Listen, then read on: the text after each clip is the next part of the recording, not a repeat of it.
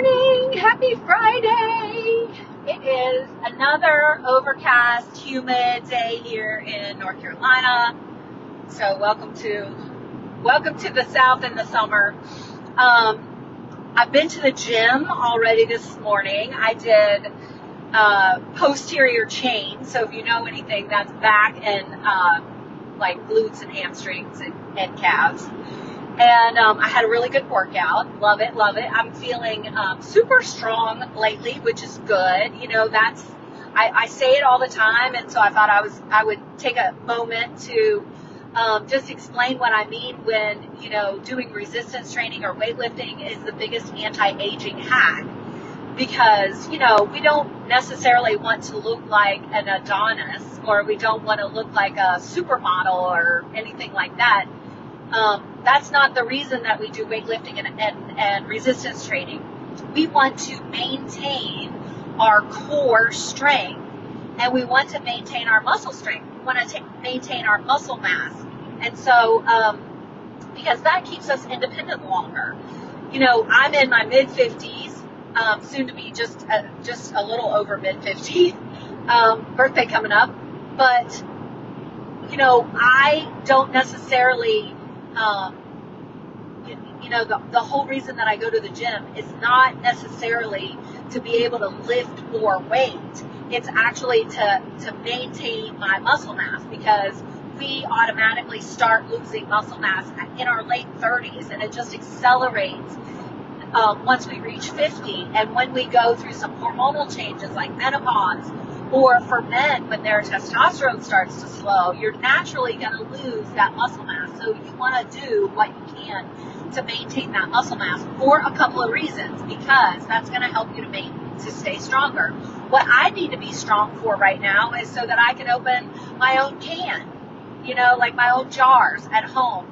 And so I can push things and put them on the top shelf in the closet, so that I can bend over, get out of it, you know, those sorts of things. Or so I can lift my grandbaby or carry my grandbaby. Like, those are the reasons that I want to go to the gym now. That's the benefit that I'm getting now. But as we get older and older, so, you know, in our later 6th decade of life, 7th decade of life, 8th decade of life, what we're doing is we're capable of carrying our own groceries.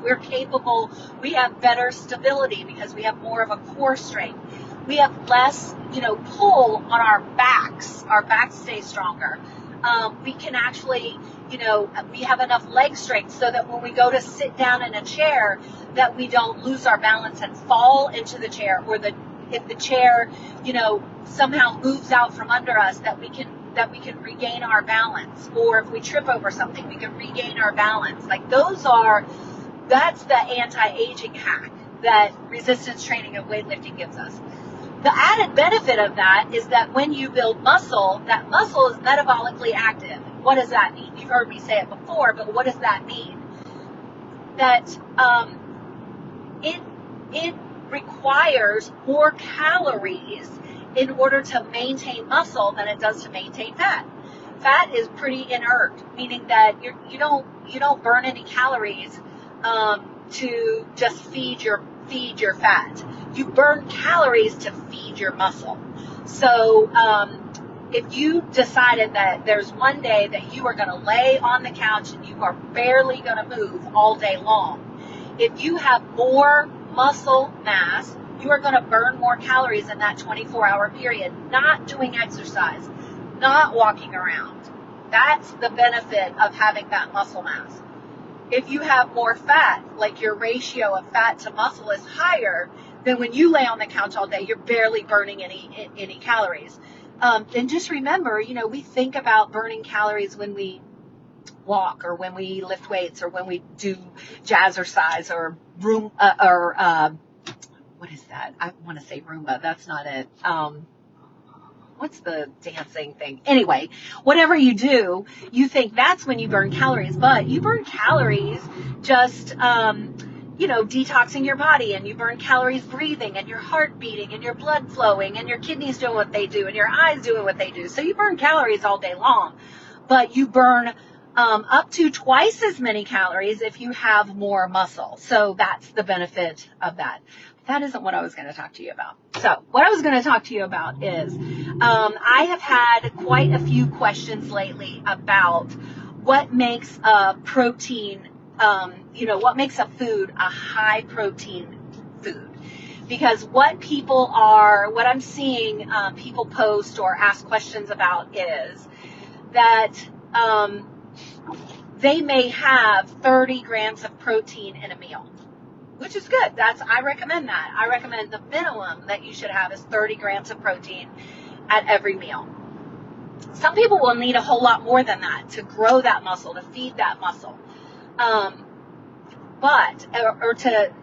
To maintain your satiety more, if you're really trying to balance your blood sugars, or you're trying to cut down on that snacking and you're trying to keep your blood sugar stable, protein is your friend.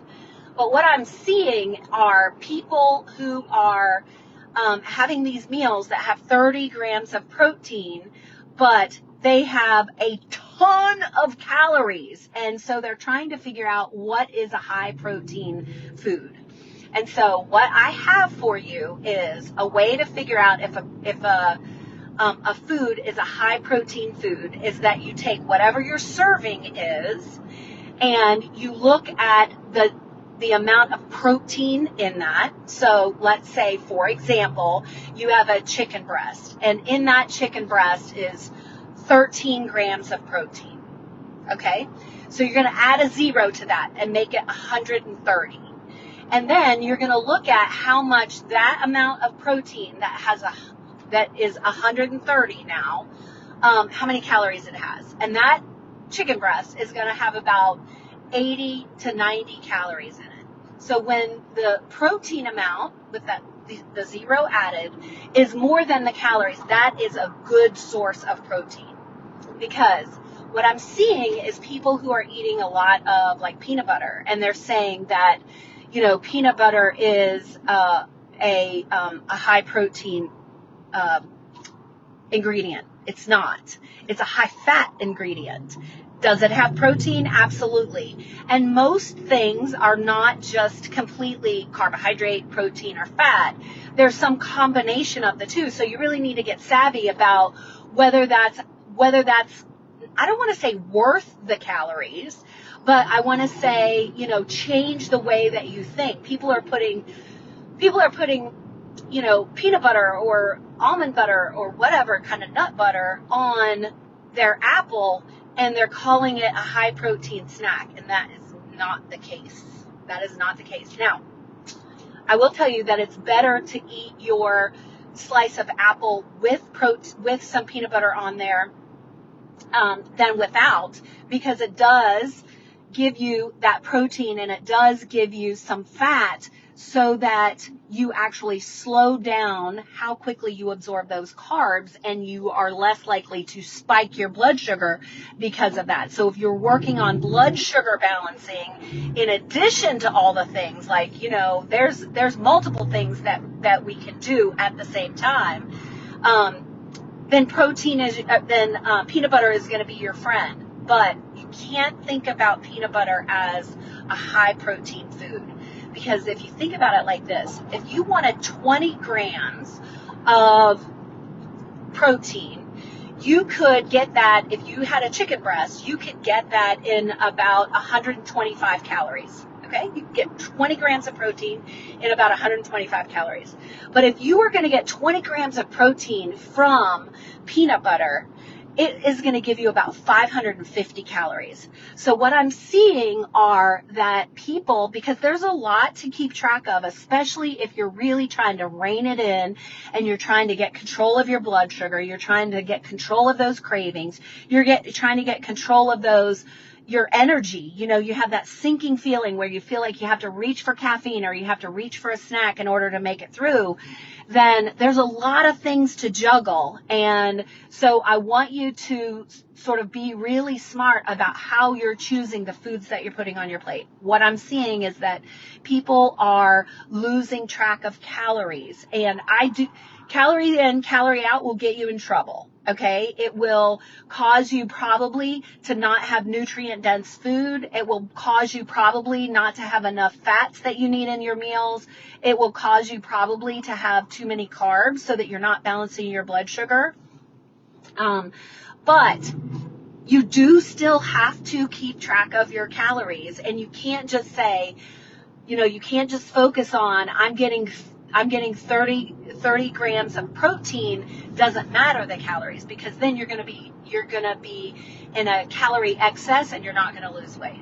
So I hope all that makes sense. If you still have questions about that, then please reach out to me. I am more than happy to share, to write it out for you, to send you a message, to hop on a call, whatever it takes, so that you can be in charge of your health, because that's what I want for you. All right, everybody have a great Friday. Have a good weekend, and I will talk to you soon.